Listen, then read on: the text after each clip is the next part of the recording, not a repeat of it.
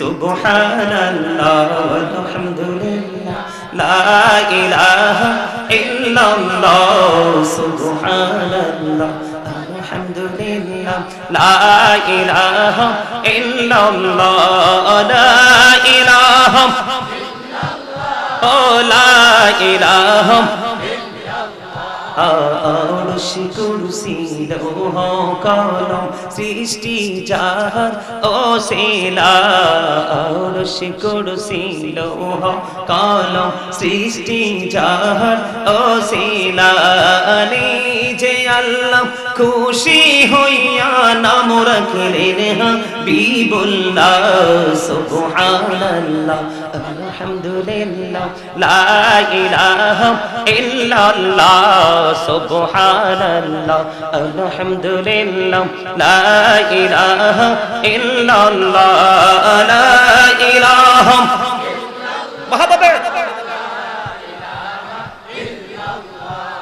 শাহাদাতের বাণী ঠোঁটে আসিলেন কামরে ওয়ালা শাহাদাতের বাণী ঠোঁটে আসিলেন কামরে ওয়ালা মক্কাতে পতিল রবি নূরে মিন্ন রে আলা সুবহানাল্লাহ আলহামদুলিল্লাহ লা ইলাহা লা ইলাহা ইল্লাল্লাহ মুহাম্মাদুর রাসূলুল্লাহ সাল্লাল্লাহু আলাইহি ওয়াসাল্লাম। জোরে জোরে বলুন আলহামদুলিল্লাহ।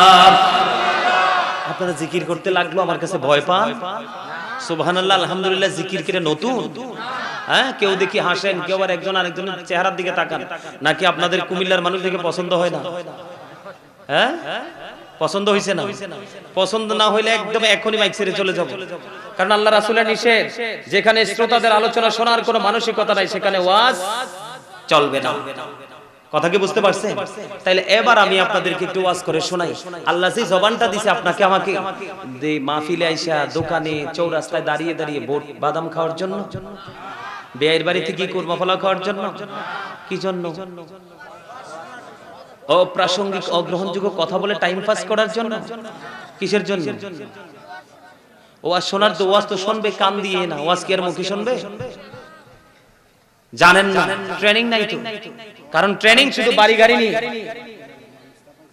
আচ্ছা এই যে করমু আনে বরিশালের কথা কইছি, আপনারা হাসতেন, হাসতেও তো জানেন না, আপনারা হার্ট অ্যাটাক করে মরবেন। তুমি যেই মানুষ সবসময় মুখ ভার করে রাখে, গোমরা মুখে থাকে, এগুলো স্পোর্ট দেয়, জাগাত শেষ।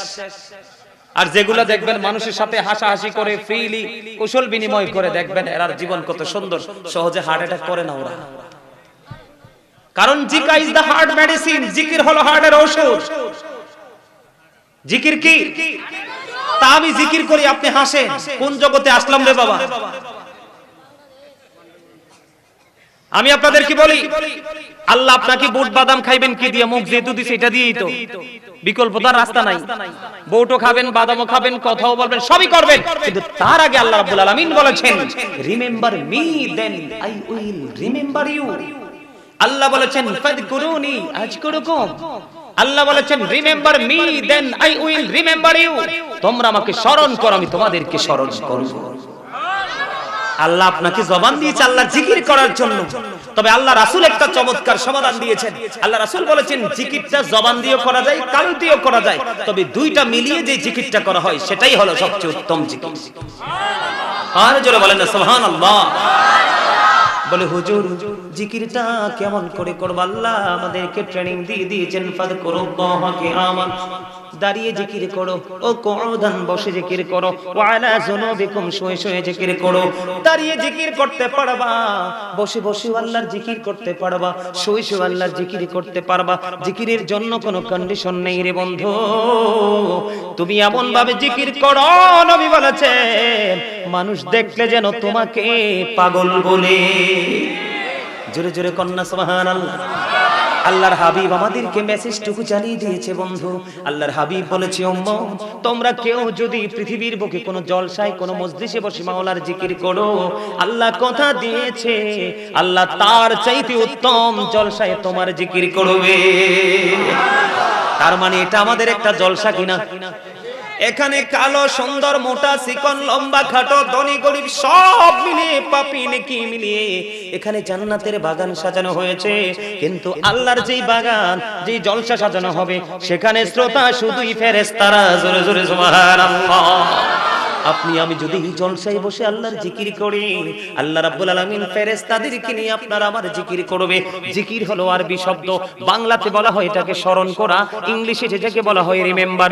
বন্ধুরে আমার, সুবহানাল্লাহ বললাম আল্লাহর জিকির, আলহামদুলিল্লাহ বললাম আল্লাহর জিকির, লা ইলাহা ইল্লাল্লাহ বললাম আল্লাহর জিকির, আল্লাহু আকবার বললাম আল্লাহর জিকির। কাউকে সৎ কাজের জন্য ডাকলাম, এটাও আল্লাহর জিকির। কাউকে অসৎ কাজ থেকে বারণ করার চেষ্টা করলাম, এটাও আল্লাহর জিকির। বন্ধু আমার নবী বলেছে, আমার উম্মতের দল তোমরা শোনো, তোমরা যখন জান্নাতের বাগানে আসা যাওয়া করবা, তোমরা তখন জান্নাতের বাগান থেকে কিছু ফল কুড়িয়ে নিও। ইয়া রাসূলুল্লাহ, ইয়া হাবিবাল্লাহ, নবী গো, ও প্রাণের নবী গো, এই জান্নাতের বাগানের ফলটা কি গো নবী? আমি তো বুঝতে পারলাম না। আমার নবী জানিয়ে দিয়েছেন, সুবহানাল্লাহ, আলহামদুলিল্লাহ, লা ইলাহা ইল্লাল্লাহ, সুবহানাল্লাহ, আলহামদুলিল্লাহ, লা ইলাহা ইল্লাল্লাহ, লা ইলাহা ইল্লাল্লাহ, শাহাদাতের বাণী ছুটে আসিলেন কামনে বলা, মক্কাতে ফুটিল রবি নূরে মিন্ন রে আলা, সুবহানাল্লাহ, আলহামদুলিল্লাহ, লা ইলাহা ইল্লাল্লাহ, সুবহানাল্লাহ, আলহামদুলিল্লাহ, লা ইলাহা ইল্লাল্লাহ, লা ইলাহা লা ইলাহা নামের সাথে নাম মিশাইয়া যারে আল্লাহ পাঠাইলা, নামের সাথে নাম মিশাইয়া যারে আল্লাহ পাঠাইলা, যে আল্লাহ দোস্ত বলে তাহার প্রেমে মজিলা, সুবহানাল্লাহ, আলহামদুলিল্লাহ, লা ইলাহা লা ইলাহা ইল্লাল্লাহ, মুহাম্মাদুর রাসূলুল্লাহ সাল্লাল্লাহু আলাইহি ওয়াসাল্লাম। জোরে জোরে বলুন আলহামদুলিল্লাহ। সম্মানিত উপস্থিতি, মাইকে যারা আলোচনা শুনছেন, বিশেষ করে আমার সামনে যারা আছেন দর্শক, সবাইকে একটা অনুরোধ করবো, সবাই সামনে আসেন। এই যে দেখেন পিছনে আর জায়গা নেই, সবাই সামনে চলে আসেন। আমার মা বোনেরা যারা আছেন, আমি শুনতে পেয়েছি প্যান্ডেলে নাকি মা বোনদের জায়গাও নাকি একেবারে ফুরিয়ে গেছে। আপনারাও যারা মাহফিল উপস্থিত হয়েছেন, আপনারা আপনাদের জায়গা থেকে সবাই কাছাকাছি হয়ে বসে আসেন। এই যে সামনে খালি আসো, দাঁড়াই এক জায়গায় বসে রয়েছে কেন? কি আসেন, সবাই সামনে আসেন। কথা নাই, কথা নাই, কথা নাই, কথা নাই, চুপে চুপে চুপে চুপে।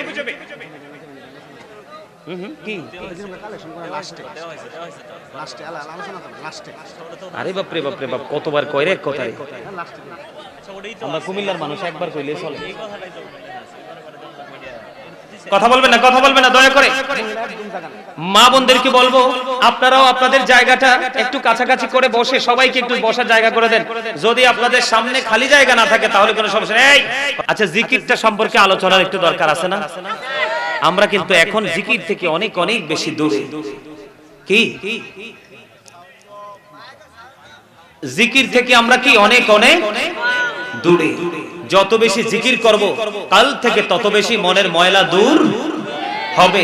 আর যত বেশি আপনার ভিতর থেকে ময়লা দূর হয়ে যাবে, তত বেশি আপনি আমি স্ট্রং। ঠিক না? ঠিক। আরো জোরে বলেন। বন্ধুরে আমার, আমার দিকে তাকান। আল্লাহর হাবিব সরকারে মদিনা তিনি জানিয়ে দিয়েছেন, আপনি আল্লাহ সম্পর্কে যেমন ভাববেন আল্লাহ আপনার জন্য ঠিক তেমন। সুবহানাল্লাহ বলেন না? আপনারা মনে বুঝেন নাই? আল্লাহর নবী বলেছেন, একজন বান্দা যদি মনে করে আল্লাহ আমার জন্য নিয়ামত, সত্যি আপনার জন্য আল্লাহ নিয়ামত হয়ে কাজ করবে। আপনি যদি মনে করেন আল্লাহ আমার প্রিয়, সত্যি সত্যি বললাম আল্লাহ আপনার প্রিয় হয়ে যাবে। কারণ রাসূল বলেছেন, নামান আমালু বিন্নিয়াত, মানুষের সব কিছু নির্ভর করে তার নিয়তের উপর। কেমন প্রেম বন্ধু, আল্লাহর হাবিব বলে দিয়েছে, কেউ যদি জিকির করতে করতে আমার দিকে তাকায়, কেউ যদি জিকির করতে করতে 1 বিঘা পরিমাণ আল্লাহর দিকে এগিয়ে যায়, আল্লাহ রাব্বুল আলামিন আল্লাহর বান্দার দিকে 1 গজ পরিমাণ এগিয়ে আসে। কেউ যদি আল্লাহর দিকে হেঁটে হেঁটে যেতে চায়, আল্লাহ রাব্বুল আলামিন সেই বান্দাকে ভালোবেসে তার দিকে আল্লাহ রাব্বুল আলামিন দৌড়ে চলে আসে। তার মানে আপনি আল্লাহর যত কাছে যেতে চান, যত তাড়াতাড়ি, তারও আগে আল্লাহ রাব্বুল আলামিন আপনার আপন হয়ে যাবে। তাহলে জিকিরের দরকার আছে না নাই বন্ধু? প্রত্যেকটা জিনিসকে, প্রত্যেকটা মেশিনকে ক্লিয়ার করার একটা যন্ত্র আছে, আছে না নাই? যেমন আপনাদের হাতের নাগালে মোবাইল, মোবাইলটা যখন নষ্ট হয়ে যায় আমরা সার্ভিসিং এর জন্য মোবাইল দোকানে নিয়ে যাই। যিনি অ্যাক্টিভ ম্যান, যিনি মোবাইল সম্পর্কে অনেক বেশি ভালো জানে বন্ধু, আমি আপনাদেরকে বলে দিতে চাই, আল্লাহর হাবিব সরকারে মদিনা তিনি বলে দিয়েছে, মানুষের মনের ঘরের ময়লা দূর করার জন্য সবচেয়ে বড় যন্ত্র হলো, সবচেয়ে বড় যন্ত্র হলো মাওলার জিকির। জোরে জোরে বলেন না সুবহানাল্লাহ। সেই জিকিরের দরকার আছে না নাই? আর জোরে বলেন আছে না নাই? বন্ধু প্রাণ খুলে জিকির করো, মাওলা তোমার জিকির করবে রে। তুমি মাওলার দিকে হেঁটে হেঁটে যাও, মাওলা তোমার দিকে দৌড়ে চলে আসবে। তুমি মাওলার দিকে ছোট ছোট কদম দিয়ে যাবে, মাওলা তোমার দিকে বড় বড় কদম দিয়ে আসবে। তার এর মানে হলো তুমি মাওলাকে যত কাছে চাইবে, যত দ্রুত, তোমার চাওয়ার আগে আগে মালিক তোমার কাছে এসে ধরা দিবে। বলে হুজুর কেমন করে বুঝবো গো? তুমি যেই কোনো কাজ করতে যাবে দেখবে তোমার সবগুলো কাজ ইজি হয়ে গেছে। আর জোরে বলেন না সুবহানাল্লাহ। আল্লাহু ওয়ালিউল্লাযিনা আমানু, ঈমানদার আল্লাহকে বেশি বেশি ভালোবাসে, আর ঈমানদারদের বন্ধু হলো স্বয়ং আল্লাহ। জোরে জোরে কন্যা সুবহানাল্লাহ। বন্ধুরে আমার, আমি আপনাদেরকে হাদিস শরীফ একটা শোনাবো। হযরত আবু হুরায়রা রাদিয়াল্লাহু তাআলা আনহু থেকে হাদিস কানা বর্ণিত। আমার নবী সাহাবায়ে কেরামদেরকে নিয়ে গন্তব্যের উদ্দেশ্যে রওনা দিলেন। রওনা দেওয়ার পরে তিনি চলতেছে, হঠাৎ করে নবীজি থমকে দাঁড়িয়ে গেলেন একটা গোরস্থানের পাশে এসে। ইয়া রাসূলুল্লাহ, ইয়া হাবিবাল্লাহ, নবী গো, কেন আপনি স্টপ হয়ে গেলেন, দাঁড়িয়ে গেলেন গো নবী? জানতে বড় মনে চায়। আমার নবী সঙ্গে সঙ্গে বলে দিয়েছেন যে কবর দুইটার মধ্যে আযাব চলতেছে, আমি নবী যেটা প্র্যাকটিক্যালি দেখতে পাচ্ছি। আল্লাহু আকবার। নবীর দেখার ক্ষমতা আছে না নাই? জানার ক্ষমতা আছে না নাই? মনে রাখবেন বন্ধু, যিনি অদৃশ্যের খবর দিতে জানে, যার কাছে আপনার আমার যেই খবর, আপনি আমি যেই খবর জানি না, সেই খবরটা যে দিতে পারবে তিনি হবে নবী। অদৃশ্যের খবর দিতে না পারলে কখনোই তিনি নবী হবে না, কারণ অদৃশ্যের সংবাদদাতা হলো নবী। আমার নবীজি বলতেছেন দুইটা কবরের মধ্যে আযাব চলতেছে। এবার নবীজি দাঁড়িয়ে গেলেন বন্ধু, পাশে খেজুর গাছ থেকে একটা খেজুরের ডাল ভাঙলেন, খেজুরের ডাল ভেঙে দুইটা কবরের উপর অর্ধেক করে দুইটা কবরের উপরে গেড়ে দিলেন। ইয়া রাসূলুল্লাহ, ইয়া হাবিবাল্লাহ, নবী গো, ও প্রাণের নবী, দুইটা কবরের উপর কেন একটা খেজুরের ডাল ভেঙে টুকরো করে গেড়ে দিলেন ইয়া রাসূলুল্লাহ? নবীজি বলতেছে যতক্ষণ পর্যন্ত খেজুরের ডাল দুইটা সবুজ থাকবে ততক্ষণ পর্যন্ত আল্লাহর জিকির করবে। যতক্ষণ আল্লাহর জিকির করবে রে, ততক্ষণ ওই কবরবাসীর কবর আযাব আবার আল্লাহ কিছুটা হলেও বন্ধ করে দিবে। আরেকটু মহব্বতে বলুন না সুবহানাল্লাহ। বন্ধু জিকির করতে করতে করতে করতে কলবটাকে মদিনার আয়না বানিয়ে ফেলো। যখন তোমার কলবে, তোমার এই কলবের আয়নার দিকে তাকাবে, মদিনাওয়ালাকে দেখতে পাবে, আর মদিনাওয়ালার মাধ্যমে মালিককে পাওয়া খুব সহজ। আর জোরে বলেন ঠিক না বেঠিক?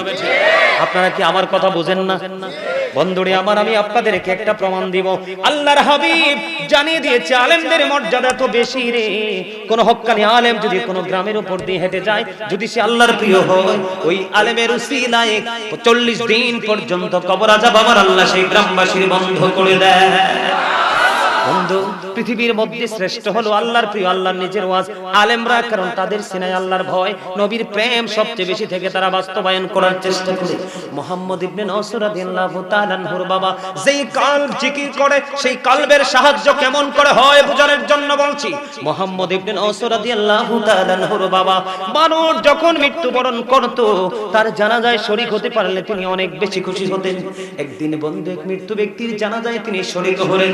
শরীক হওয়ার পরে বন্ধু জানাজা হলো, ওনাকে কবরে দাফন করা হলো। কবরে দাফন করার পরে সব মানুষ ধীরে ধীরে হাঁটি হাঁটি পা পা করে বন্ধু চলে গেল।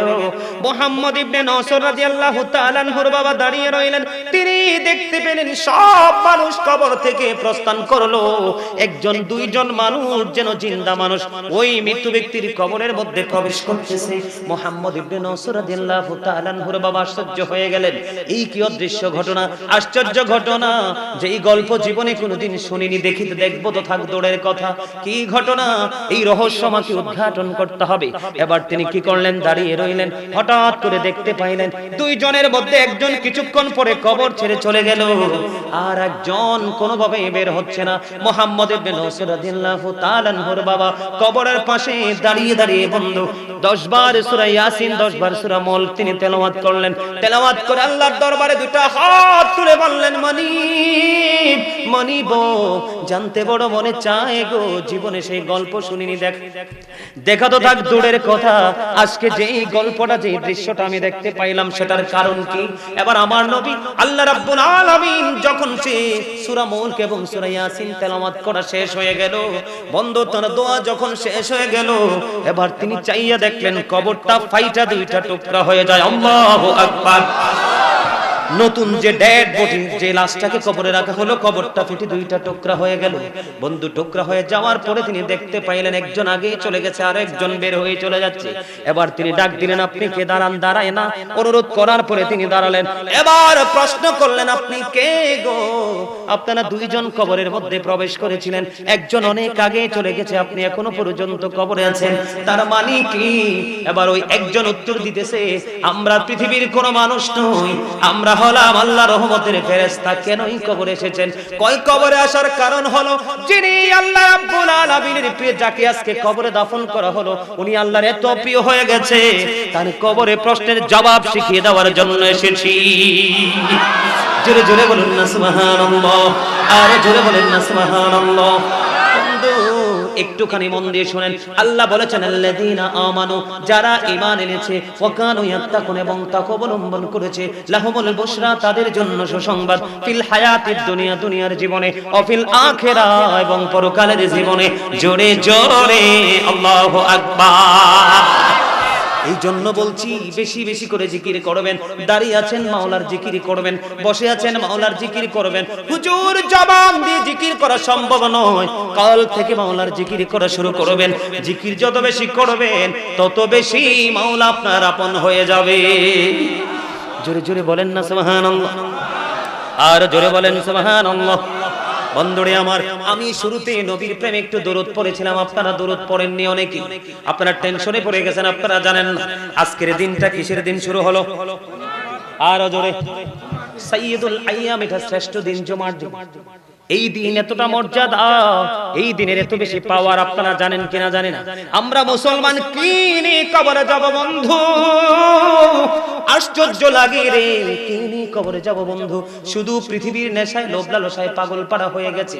আপনারা জানেন না, জুমার দিনে কেউ যদি সবার আগে মসজিদে যায়, জুমার দিনে কেউ যদি সবার আগে যদি মসজিদে যায় আর সবার পরে যদি মসজিদ থেকে বের হয়, আল্লাহর হাবিব সরকারে দো জাহান তিনি জানিয়ে দিয়েছেন, সবার আগে যিনি মসজিদে গেল এবং সবার পরে যিনি মসজিদে গেল, ওনার মসজিদ থেকে বের হওয়ার পরে তিনি যতটা কদম লাগবে ওনার গন্তব্যে, বাড়িতে, বাসস্থানে যাওয়া পর্যন্ত, প্রত্যেকটা কদমের বিনিময় আমার আল্লাহ 1 বছরের নফল ইবাদতের সওয়াব দিবে।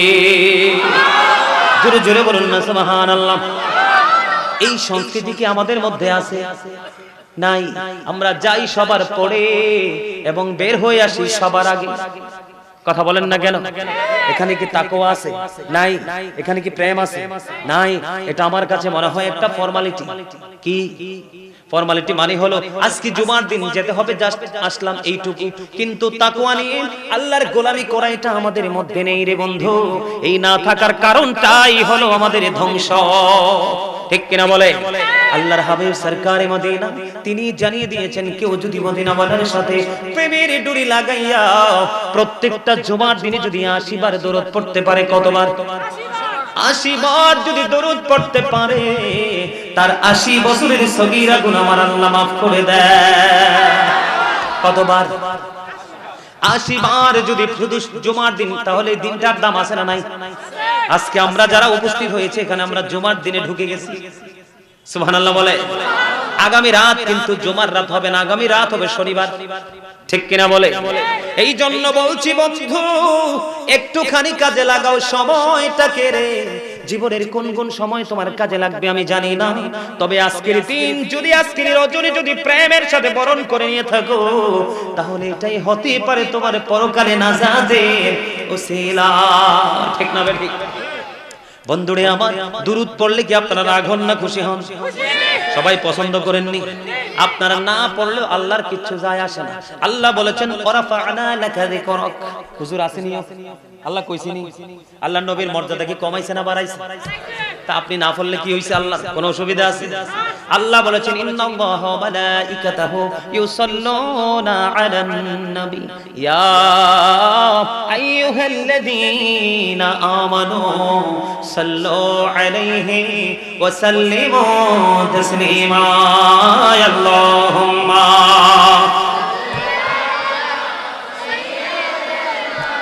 মাওলানা মুহাম্মদ ওয়া আলা আলিহি মাওলানা মুহাম্মদ। কাফনের কাপড় পরতে হবে, পরনের কাপড় থাকবে না। ধনী বলো গরিব বলো, আজরাইল কাউকে ছাড়বে না। আল্লাহুম্মা বাহাবাদে মাওলানা মুহাম্মদ ওয়া আলা আলিহি মাওলানা মুহাম্মদ। মাটির নিচে বাড়ি মোদের, ওই মাটির নিচে মোদের ঘর। এই দুনিয়ার আপন যারা সবাই হবে মোদের পর। আল্লাহুম্মা